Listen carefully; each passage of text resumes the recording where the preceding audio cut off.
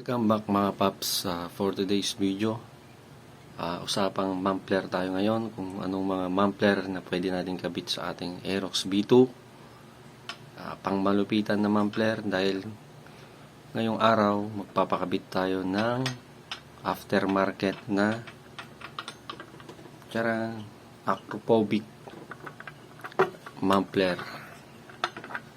Carbon Lodi mga guys.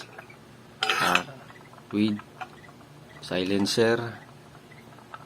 Excited na dahil dito paps. Abangan nyo para sa ating sound check. Sa mga hindi pa nag-subscribe sa ating channel, mag-subscribe na kayo para makantabay kayo sa ating next video. At habang kinakabit ang ating pipes, shoutout nga kay Boss Romel. Maraming salamat sa kanyang Acrophobic exhaust pipes na binigay niya sa ating mga paps. Maraming salamat. At sa mga hindi pa nag-subscribe sa ating channel, mag-subscribe na kayo para sa mga new video na abangan nyo sa ating channel. Maraming salamat.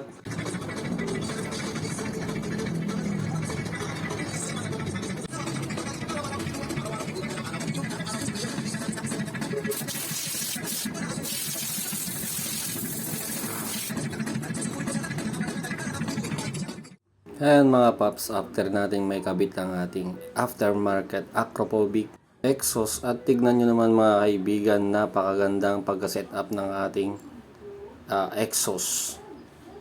Isa sound check na natin ito mga paps. Pakinggan yung yung magiging tunog nito, kung magiging astig ba to o hindi mga kaibigan. Judge nyo na lang po.